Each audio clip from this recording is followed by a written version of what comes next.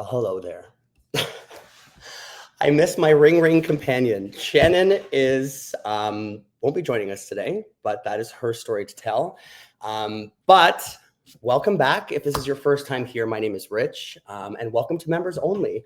Essentially, our goal with Members Only was to create a little bit of a bite-sized lunch with us that just gives you a bit of a highlight of what's going on in the industry, some events we're super excited about. And in season 2, we started highlighting some of our favorite partners, people in the ecosystem that are doing some cool shit. I'm really excited for today's. I know that we've crossed paths a number of times. Y'all probably know her as the fun boss, the FEO, the fun executive officer, but also a Toronto local. I am super excited to welcome to the Members Only family today, ladies and gentlemen, the fun boss herself. We've got Jess from In Social. Hi. I've never heard FEO before. I'm going to use that. Me neither, but you know what? It's yours now. Thank you. Amazing. How are you? I'm good. It has been a crazy couple weeks since we were last at the Ecommerce Agency Summit in Austin. I feel like I've just recovered. And then we have more events coming up. So I'm just buckling down and getting ready. Love that. And so, let's get that out there. So what I would love, let's talk about this. When did you and I first actually meet? I'm trying to bring this back as far back as I can, but I'm lapsing in judgment. I feel like we've probably met at one of the partner meetups in Toronto, the one that Roddy and Caitlin do. But usually I go and then I sit in a corner and then I wait for people to come to me. I'm one of those people. And then we officially met at the EAS, and that was it. Crazy. Yeah, so it's been a long time coming. And for those that don't know, Partner Meetup is, I don't know, bi-monthly, quarterly maybe? Quarterly, I think. An event that is hosted by a few of, the movers and shakers in the ecosystem. They do one in Toronto, they do one in Ottawa. I think those are the only two right now. But with that basically in Toronto brings together all of the ecosystem in terms of partners. And it gives us just a chance to connect. And, very similar to the Agency Summit. How did you find that, by the way? Was that your first one? No, I went to the one that was in Toronto 2 years ago. Oh, nice. And yeah, that one was good too. We probably crossed paths there as well. Didn't see each other. I liked it then, but I think this year was much better because we got roundtables and we got to talk to experts and really talk to other agencies. How often do you get to talk to another competing agency and actually want to support each other and share advice? And I feel like it was really supportive and welcoming. Yeah. I had a great time, and I got to speak on the main stage. Well, that's what I wanted to say. I'm roundtables. Yes, great. Love that. But also give us a little bit of a highlight because you had a very powerful keynote. And I just wanted to really touch on that because the feedback that, did you hear that? Did you hear her speak? Who is she? So give us a bit of a TLDR on the topic of what you kind of left us with there. Oh my God. Okay. So I was the inspirational speaker, I guess. I talked about my medical journey and how I'm a disabled female business owner, shared how I almost died from Crohn's disease, ended up having ostomy surgery at 13 years old, and basically changing the ostomy awareness landscape. And that being my first foray into marketing was, making sure social media was talking about ostomy surgery and breaking the stigma. And then I kind of went into how, even with a disability and all the chronic illness issues I still face, if I can build a Shopify Plus digital marketing agency, then anyone could. So yeah, I got a lot of great feedback, and I'm glad you heard it too, but it was awesome. Totally. Yeah. And, I think it's so necessary for us. I think, one of the things that Rachel does really well is that she is able to bring in different perspectives. We also heard from Mike Swanson from Filson, whose keynote was on quality. And I think that there's a way for us to be able to present what we do, talk about what we do, but also leave people with something more. And I think that there's so many underrepresented demographics. There's so many, perceived barriers to entry when it comes to either a brand starting a business, an agency building a business, or an agency scaling a business. So yeah, thank you so much for sharing that, because it was pretty powerful in terms of you're the only person getting in your own way, right? So I feel exactly. Yeah. And then something to share after. So Evan from Pilot House and I actually connected because I don't want to share too much of his story, but he also has a disability. And so we've connected since and got together and just talked about how underrepresented the disabled community is in the e-commerce world. And, we're not letting it get in the way of us being successful or doing what we need to do. And we're both lucky that we've worked with really amazing people who don't treat us differently. Like they let us do what we need to do, but it's just not talked about. So he also came to me and said that he was glad someone brought it up, and we're hoping we can bring awareness to just disabilities more in our community. That's awesome. I love that. And also, great segue. So Rebuy also had our Momentum Conference, our first annual, and Pilot House actually won our Rising Star Award. So yeah, shout out to Evan and the entire team at Pilot House. I've been working with them now closely for about 4 or 5 months. And it's just actually since Shop Talk that I was able to meet them physically in person. And I feel like Evan has quickly become a best friend, not just a colleague. And he's just a really cool person to know. And I think that, there's so many layers to the people that we get to work with that, otherwise we don't get the chance to discuss. So, if you're curious to join a community like that, the Austin Agency Summit is one of 3 that Miss Rachel Jacobs, also shout out. It was her birthday yesterday. So happy birthday to her. So there's 2 more happening this year. One is happening in Valencia. That's actually next week. So if you need me, I will be in Spain. So this is another opportunity again for agencies to come in, and it removes that competitive barrier where again, in those rooms, you're just peers, you're all building, you're all learning from each other. And I think that's super important. So yeah, if you're interested, get in touch with, any of the sponsors that you see kind of listed here, and we can get you some more information. And the nice part about this is that these are free to attend. So if you're an agency that's looking to scale, if you're an agency that's looking to sell or acquire or get acquired, or if you're just curious to learn from your peers, 10 out of 10 would recommend. The nice thing about the way that she does these in North America, this one is in Spain. Then the 3rd one in July is going to be taking place in Edinburgh. So you really get a chance to learn from the different markets. And I think if we are building for a global market, it's really important to understand the nuance that, those markets face. So will we catch you in Spain? Not this time, but maybe next year. Yes. Amazing. Yeah. So also just to shout out the entire Rebuy team and all of our partners that were able to join us. We had an incredible lineup in San Diego last week of just some of our preferred partners, our top tier partners. We were able to award, as I mentioned, some of the people that we get to build alongside. And obviously we just had a stacked lineup of speakers. So stay tuned. We are not officially announcing anything yet, but what I would say is that, this was very well received. So we're really excited to bring that back to other markets, to other geographies. So if you weren't able to attend this one, it's not too late. But curious, are there any events that you're excited for that are coming up? Oh, Editions is taking over at like the end of May for me. I think I'm back to back 3 days in a row. Like there's Editions on May 30th, but then there's all the other things that are happening before.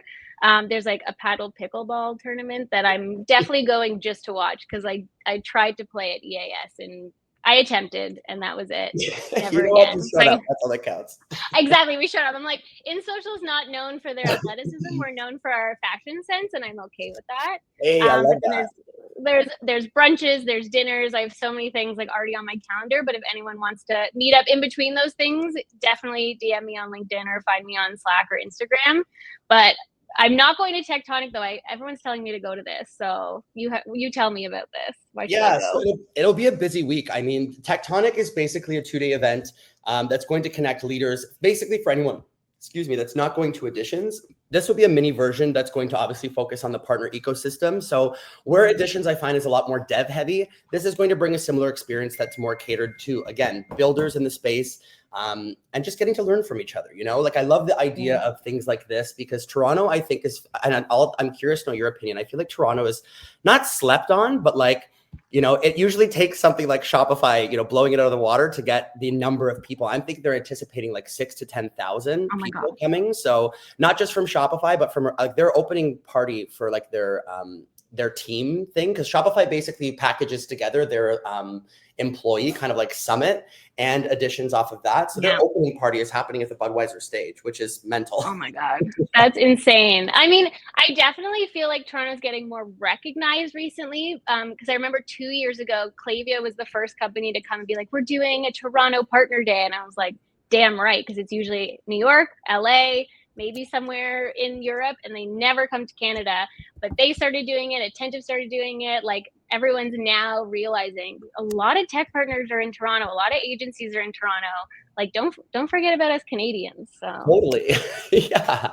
And so one thing that I will say is Klaviyo is actually doing another partner day this year. I'm trying to remember what day it is. I'll post it when we follow up with the recap. But yeah, I'm going to Klaviyo is that. taking over the world. Yeah. Yeah. I think it's happening in July or maybe the end of June, but it's taking place at One King West. It's June 20th at One King West, and you have to get invited. I think. I don't think everyone can go, so you'll have to talk to your PSM or PM there.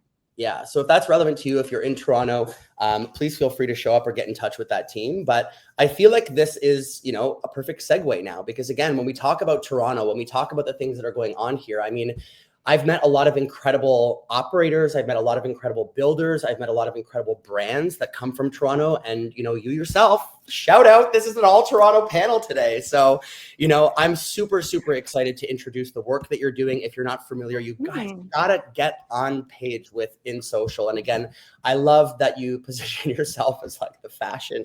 You're known for your fashion, but you're also known for so much more than that. Yeah. So if you can, I know you gave us a brief intro about your keynote, but I'm curious to know you, Jess, behind InSocial, the fun boss. Oh my God. Give us a bit of your background story. Like what's your journey been so far? And then we can lead into InSocial itself. Sure. We go way back. I wanted to go to theater school, and my dad said I needed to go to real school and get a real job. So didn't end up doing theater. Still actor when I can do it. But I ended up going to Western for media and information technoculture. That is what my degree is called.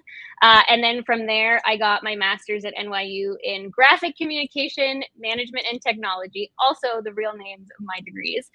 So I worked in New York for a little bit. I was working for a relatively big startup in the deal space. It was invested by the guy who founded DoubleClick. And then that company got bought, and I moved back to Toronto, joined a couple like brands, agencies. I ended up at a digital agency where at 23, I became program manager and was essentially running their New York and Toronto offices. And I was like, if I can do it for you, maybe I can at least freelance. Like, come on. I was literally doing client relationships. I was reviewing all the work. I was doing like the project management. I was like, okay, let's just see what I can do. At this point. Literally. Yeah. So I was like, let's just freelance. Let's see. And my husband, my fiance at the time was like, you have to be able to make this amount in a year for us to be okay. And I had like a mini freak out because I was like, that is too much. Now I laugh at that number, but it was very scary back then. But I did it, and now we're almost 10 years old. We're going to be 10 this October, and we have around 22 people because we do have a customer service team, fully Canadian customer service team. We offer customer service to our clients, so that team fluctuates, especially around BFCM. But yeah, we have about 20 people, and we do everything related to digital marketing, so it's pretty exciting. Wild. Are you going to show their services? I was just going to say, so I do want to do that, but give us a little bit of the story behind the name. Like, what is InSocial? Like, how did you choose that? I'm always so curious because like, at least that one is Googleable. I don't know if that's a word, but who cares? It's our show. So with that, it's like, there are so many names where I'm just like, what the hell does this even mean? And why is it so hard to type? Why is there a hyphen in the middle? So give me a bit of a backstory. Oh my God. I never really tell this story. So this is like insider info for members only, baby. Literally. So when I was working for another agency at the same time, my aunt had a production company. She was producing shows for like HBO. And I had been in a web series. This was a long time ago, like pre, the internet to being what it is. And I had starred in one of the web series that she was producing, and then that was too early for its time, and she was like, let's come up with something else. So I came up with basically a mockumentary style show, but about a PR firm, and it was called In Public because it was public relations in public. And then we filmed a pilot, and then that just didn't end up getting picked up again. It was too early for its time. And I was like, well, I need something to do. Like maybe when I'll start my company, and that's when I started freelance. And I was like, well, maybe the name kind of still works. So I created InSocial, and actually now we're working on the pilot for an actual documentary series on what's called Working in Social, which we're working on now. Yeah, so it's very on the DL. We're very like beginning. Well, I mean, not anymore. Yeah. So if you're watching this, don't tell anyone. But that's the Coles notes of that. Yeah. Okay, amazing. So yeah, so this started with you as a one-woman operation, I want to say. Yep. Yeah. So in terms Yeah. of, for any agencies that are watching that maybe were in that position of just getting started, I mean, as you can see here, you've got a breadth of services that you offer, which, I mean, how did you decide when you first started what to prioritize? Like, what did you focus on one specific segment and grow from there? Like, what does that look like when you're building? That's a really great question. So when I first started and it was just me, I knew I could do social, like organic social. And this was again 2015. So organic social was still better than what it is now. Like no one sees organic social posts anymore. So I started doing that. And then as I started getting more clients, I would have one ask for like a WordPress website, or they'd want like, a business card designed. And eventually we would start getting clients who would say, oh, you're doing my social. I want you to make sure the posts match the ads or match the emails or match the website. And I'd just be like, well, why don't we do your emails? Why don't we do your website? And so we just started off, like, I just was like, I can also do this. And then I started bringing in people. And then essentially we created this methodology that I came up with called the full circle approach to digital marketing, which essentially means a customer is going to interact with a brand wherever they want to, because customers, that's what they're like. And it's the brand's job to be there quickly, efficiently, using the same brand voice, making the same promises, the same messaging, and guiding that customer to whatever it is they need, whether it's more information or a conversion. And that seamless experience builds brand affinity, loyalty, and ultimately a higher return on investment. And so by adding all these more services, I wanted to make sure that we could offer that holistic approach. So clients now come to us and they're like, oh, Memorial Day, 50% off this collection. That's all they tell us. And then we come up with the messaging, the design, where it goes on the website, the emails, the SMS, the ads. They're just like, you do it. We're their marketing department. And so in order to build that cohesive experience, we need to touch everything, including customer service. So even our customer service team is involved in the deployment of these campaigns, because they need to know what's happening if customers ask questions. So that's really our value add now, is we have all the brains and the hands and the experience across omni, full channel, whatever you want to call it. And clients just sit back and they're like, okay, this is what I want to do. Now tell me how much money we made. And Yeah. that's what we do. Well, it's amazing. I think this is so important too, is to embody that unified approach that you're offering to your brands, but embodying that internally as well. So being able to show up for all of those, those facets that they're interested in. So it almost sounds to me like initially you were just very reactive in terms of like, yep, we can do that, we can do that, we can do that. And then almost like you built a framework after the fact, and that framework allowed you to maybe create more process, more consistency, and identity. But, so what did that look like? At what point did you realize that you were like, oh shit, we're doing way too much, I need someone else? Because that's also a huge feat, like to be able to hire your first person. Like that's kind of validation that you're doing something right? So like, how was that? Where did you start with your first hire? I think I had like a series of fortunate events that I recognize not everyone comes across, where I ended up getting a client who actually was white labeling my services for other businesses and also like charging them exorbitant prices, but it was consistent and she kept giving me more. And so I knew that was coming in. And so it gave me the confidence to bring in more people. And then eventually I talked to all her clients. They wanted to only talk to me. And then they realized that she was charging them too much. And we're like, can we just work with you? And so it just, it kind of spiraled from there, I guess. Yeah. But I would say that the scariest part wasn't necessarily the first few hires. It was really between having 7 people to like moving up to 15, 20, because what ended up happening is we had one person per service at one point, and if one team member left or was sick or was on vacation, it was like, oh, Jess is now doing this, the CEO is creating a posting plan because someone's on vacation, and it wasn't a scalable agency model. So I really just like bit the bullet and was like, I want to scale. I'm like, if we're in the black or in the red, who knows, but like I can't do more if I'm still in this position. And actually we're in that spot right now where we are like ready to scale again. I'm thinking 30, 35 people. I'm about to bring in a director of operations because I had an epiphany at EAS, where this is why I like the roundtables. I went to the sales roundtable and I went to the operations roundtable, and I went to both of them and I said, I'm doing both sales and operations and I can't do both. Which one should I give up? The sales table was like, oh, it's so easy to hire salespeople. You should do operations. It's your company. I want to shout them out. Was it Dallin that you were speaking with? Dallin, yes. And then And then TR. So then I went, and everyone else, because there were people. Well, of course, around yeah. But sales and operations, yeah. Exactly. And then so I went to the operations table, and they were like, it's your company. You're passionate about it. You can give processes to someone else. You should hire for operations. They both gave me different answers, but then I was like, you know what? Not anything against Alan, but I was like, I'm really good at sales. It is my company. I want to sell it, so I need someone to come in and do operations. And so we have the potential, but the line items might not be quite there yet, but I see it, and it's just like taking that leap and saying, if you're going to do it, you just have to do it. And we're 10 years old, so I feel like we know what we're doing, like 10 years old. We've earned it. Yeah. A decade of providing excellence and fashion. I'm obsessed.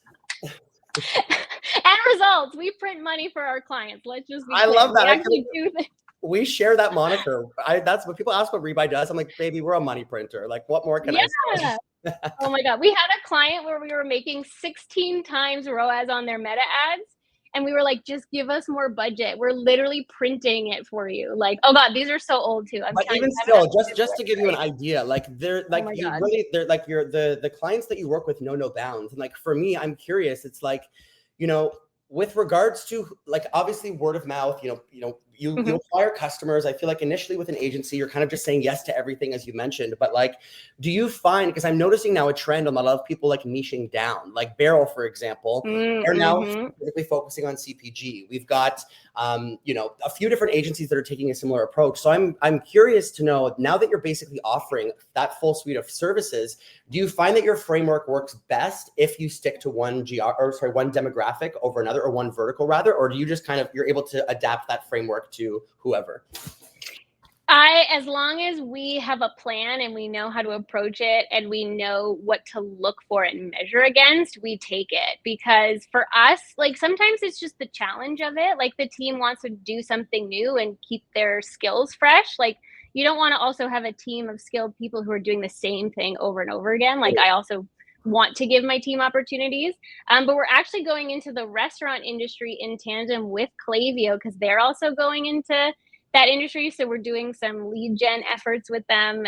And I don't think any other agency is doing it. Jen from Klaviyo is going to be like, why are you talking about this? But it's just really cool that we get to do that with them. So what we've seen in our restaurant experience is we actually apply the e-commerce model to restaurants to drive conversion for reservations or online ordering.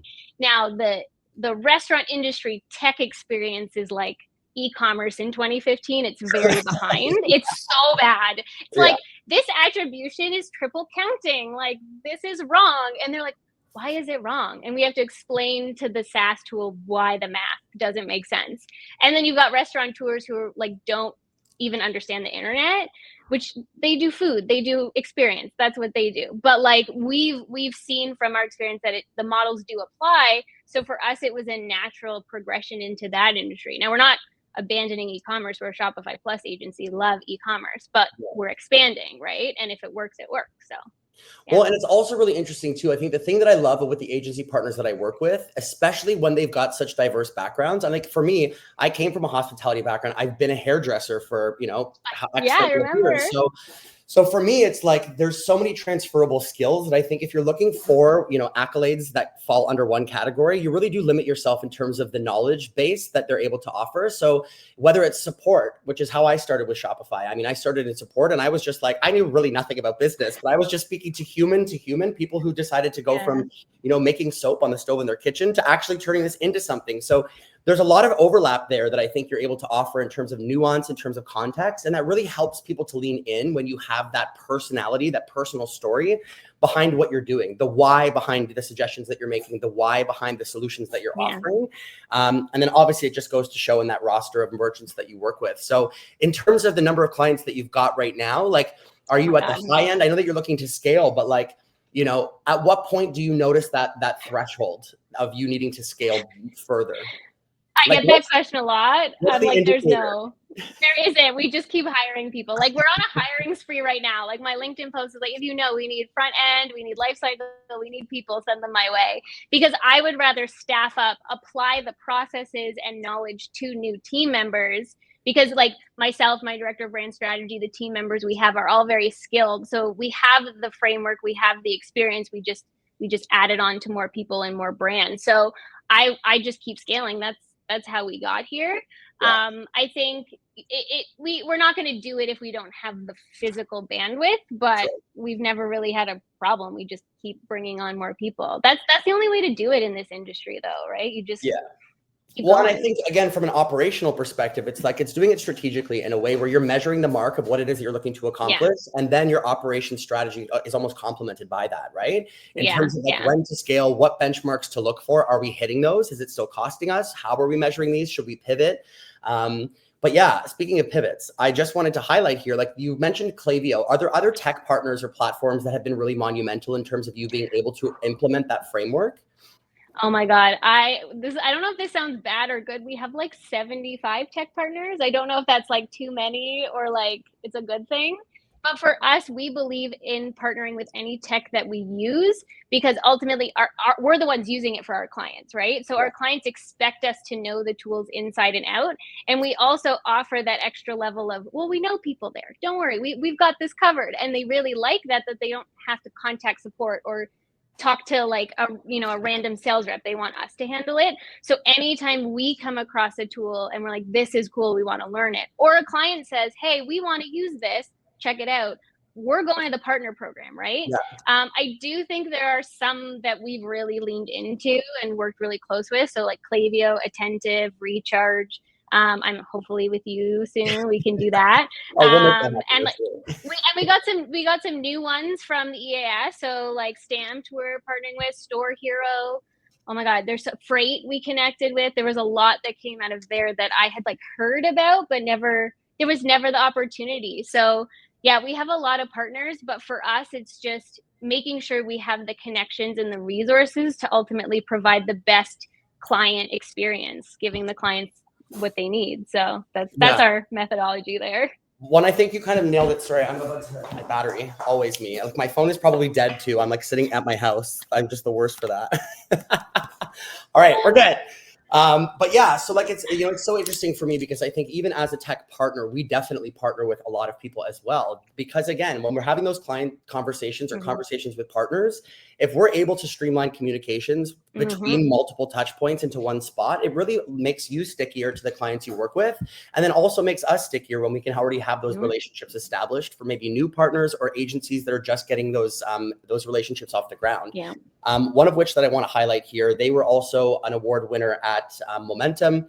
Shout out to Tapcart. We actually also just won Tech Partner of the Year, which is just absolutely wild. It's really cool to work with such diverse, again, teams across what they do. Like Tapcart, for example, is a solution to help you build your own custom app as a brand. And as we know, the lift that you're able to get from just having your brand in your customers' pockets is wild. So yeah, shout out to Tapcart and shout out to everyone else in that list of winners. Like it's a really cool ecosystem and a time to be here because I think right now from the customer level, times are tight, things with tariffs and stuff like that, but people still want to invest in themselves. People still want to spend money, but they want to spend money the right way with the right companies. So I think for you being able to help a brand capture that essence of, there's humans behind this. How do we bring our product to market in a way that is consistent? And to your point, showing up where customers are at. I think that this best, the strategies and the methodologies that you use on something like, Instagram versus TikTok, very similar, but also very, very different. Facebook, for example, like very different. So I have a question for you that I'm just going to kind of put you on the spot with. What would you say is one thing that you noticed leveraging your framework? What's one thing that you're like, almost everyone is missing the mark on this? Oh my God. It's probably the introduction of customer service as a marketing channel. Like everyone's got something going on their website, life cycle, all of that. And there's always tweaks, but I think most of the time our clients don't even realize the importance of customer service to that customer journey because you can spend money on an ad, get them to a landing page, have them scroll and get all the information they need. But if they're not sold and they ask a question to support that support can't answer in that chat, they're gone. And we've literally seen clients where we've had customers go all the way through and then they ask one simple question like, is this going to fit this? Like, is this the right size? And either they don't get a response right away or it's like, let me look into this, or I'm not sure. And it's usually an outsourced support or it might be a not great AI agent. Boom, that sale is lost. Where for in social, again, our customer service team is Canadian, they're university educated. We put them through the ringer when we're hiring in terms of critical thinking and problem solving. You're essentially getting store associates on your website that Ooh, close that sale, right? yeah. So most of the time they don't even think about it. And it's like, oh, I didn't even realize, oh, I just have someone in my office answering emails. It's like, okay, well, are you doing that from a Gmail? Are you tracking trends? Are you That's are a you Hotmail account? converting? Yeah. Oh my God, no, Outlook. Yeah. So it's like, I think that's probably the biggest missing mark. And I know a lot of agencies, and honestly, one piece of advice, I know we do customer service, it is effing hard to integrate customer service as a service at an agency, especially if you want Canadian or American team members, because you have to pay them well. Cost of living is a lot different. But also like just shift management, and like there's so much work. So we've done it, we bit the bullet, we dove into it. Would I do it again if this was 5 years ago? I don't know. But it has really improved the overall full circle approach for our clients. Yeah. And it's 2025 and brands still are like, oh, AI, we can get them to answer questions. You want a robot in your store? Like, no, you Yeah. want a human. It's the Well, same. but also like to that point, there's other ways that you can offer that same support proactively. So whether it's an FAQ page, whether it's social proof of videos or images or reviews, even that can really help to answer questions before your customers even have them, so that they can focus on that buying process. I mean, for me, when I shop online, 9 times out of 10, I don't need what I'm buying. So if anything takes me out of that impulse flow, all of a sudden you've lost me, right? And I'll go back to watching videos of cats on YouTube. So, there's a lot of ways that you can capture that trust that don't require leveraging a poorly managed channel. Because for me, I'm almost the same way as like leveraging other social platforms. If you're not doing it well, and if you're not going to do it, don't bother, because you'll burn your brand, right? If you've got an Instagram page with 20 followers and no posts, it's like, where's the legitimacy of your brand at that point? Whereas if you've got a really well-crafted website that answers questions with even 3 or 4 videos that just bring your brand to life, I also think adding a human element of the about us for a lot of SMBs, it's like, show the face behind who's building, build in public. We've now got channels like TikTok Live, if you're in the States, or TikTok Shop, Instagram Live. There's a company that I always mention, 3 Ships. They will just go on and do their skincare routine. We worked with 3 Ships. Oh my God, we did. Yeah, we worked with them for so long. They're an amazing team. We did such cool creative with them. So yeah, they know what's up for sure. We worked with them for like 2 years, I think. Laura. And like you don't need to have this overproduced, content. It's like, just get on live in your PJs, put a face mask on, do your skincare routine, and all of a sudden now you're hanging with your besties, which when it comes to retention, I think the retention happens before the first sale. So to your point, it's like, if we're focusing on getting people to the website in the first place, what's that hook? What is the thing that they're expecting when they get there? And are you delivering on that on all fronts, even through your follow-up emails? Are you sending arbitrary, replenishment reminders that you're sending to everyone? Or are you segmenting all of your customers in terms of when they bought, how they bought, what they bought? So the nice thing about, partnering with other people is that there are some tools that you can leverage to be able to do that really well. So things like Gorgeous to manage your, your customer service, Klaviyo to manage your outreach strategy and your segmentation, Rebuy to manage your personalization, so that again, you're offering an experience that's as unique as your customers and as unique as your brand and as unique as the products that you sell, right? 100%. One thing to touch on with momentum as well, real quick. I always try to keep this at 30 minutes, but it's impossible. I think we're just gonna have to make it a 45-minute thing from now on. But Rebuy was super excited to be able to announce 8 new products that we are going to be launching over the first, or the next little bit. Bundle Builder, which I know a lot of you have access to already. I'm just going to gloss through these. If you have any questions, you can just feel free to reach out to myself. Rebuy Ads. This is a huge one for us. So essentially, we are partnering with Fluent to be able to create another incremental revenue driver for brands, where you can position some of your customers' favorite products, things like subscriptions to Apple Music, Apple TV, CAA memberships, Capital One. Like, there's a lot that you can choose from in that marketplace. So we'll be rolling this out very, very soon. And this is going to be available to North American merchants to start. Smart collections as well. So reimagined merchandising. Hybrid search. So again, to your point, being able to have a conversational approach to help you search. So again, are you looking for a sweater? Are you looking for a jumper?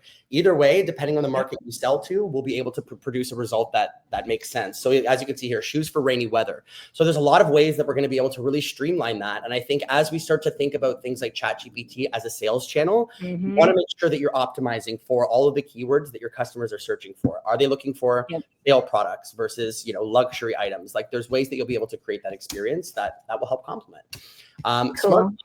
Based on where your traffic is coming from, we can craft an entirely unique experience on site so that, again, the traffic is relevant, they're getting the right products in front of them, and we can use more of a customized approach to how people experience your brand online.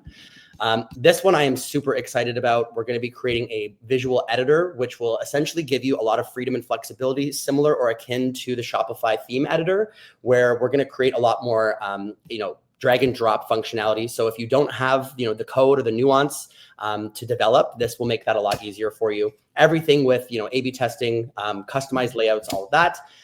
Switch to subscription and checkout. Huge for CPG brands, huge for anybody. Subscription model. We'll be able to upgrade to those subscriptions before they check out and create a few different experiences that will really highlight and prioritize that. And then last but not least, R.AI. This is the one that I am shitting my pants over a little bit, because this will allow us to become completely agnostic. So if you're not selling on Shopify, if you're on Salesforce, if you're on, BigCommerce, we will be able to create a solution that leverages our API and create something that's a lot more robust, that isn't just limited to our beautiful Shopify customers, which is actually wild, because if you look up the market that Shopify has tapped into, it's still just a small piece of the pie. So as much as the whole world in mind anyways is Shopify, there's so much more out there, and some of the big trends that we're not able to tap into because of that. So R.AI is exciting. All of that for everyone. And yeah, that's that with that. When does that come out? I don't have a definitive date yet, but stay tuned. Okay. I don't want to overpromise and underdeliver, but we are definitely going to be over-delivering with this one. So shout out to the entire Rebuy team who was able to, conceptualize, build. Our product team is just absolutely off the charts with, what they're able to produce and the way in which they see the vision that our founders have created. So yeah, shout out to that. I was going to go through a brand, but we're already at 37 minutes. So I'll give you the chance to shout out anything you're super excited about. Where can people find you? Oh my God. Okay. So they can don't look at our website. It's getting redone. I mean, you can look at it. I built it in 2018, so you can pat me on the back, but we're getting a new website. I would say find us on LinkedIn. We're in space social. A lot of people put it together. Look for the heart and the little chat box underneath. You can find me on Instagram at Jess Grossman. Like I said, we're hiring for a ton of roles because we are scaling. So please look at our job descriptions, customer service, lifecycle, dev. We have a really fun team, and we're just looking for some more really cool people. So, and by the sounds of it, you are high velocity at this point. So if you're applying, get ready to hit the ground running with fashionable shoes. Okay. Yes, you got it. Obsessed. Well, Jess, hey, I really want to thank you for just participating. Thank you for everything you're doing. Thank you for just being so open and honest about your journey and being so collaborative. I think that the space needs more of this, which is what the ultimate goal with Members Only is, and inviting people into this community. So yeah, I know you're obviously very busy. So for you to take the time out today means a lot. And shout out to Shannon, my co-host, who is dealing with some team acquisition of her own, some team growth on her own, if you will. But yeah, so yeah, shout out to that. If you are just joining us for the first time, we do this bi-weekly, typically every other Monday, only on LinkedIn Live. If you're an agency that wants to highlight your services, or if you want to show us what you got, please feel free to step into the ring. But other than that, Jess and I are both from Toronto. So if you find yourself in this space, if you find yourself at any of these events that we've mentioned, please feel free to come up and say hi. She'll probably be in a corner, like she said, and I'll be the one in the middle of the room screaming. So either way, you'll be able to find one of us. Facts. Oh my God. Thank you so much for having me, Rich. I really appreciate it. Of course. All right. Well, yeah, I'll definitely see you next week at Editions. If anybody else is going to be in Toronto for Editions, please feel free to reach out to myself or Jess. We've got a lot of events that we're planning, some that have yet to be announced. So yeah, I'm ready for the Toronto space to shine next week. So yeah, I'll catch you later. Do it. All right. See ya.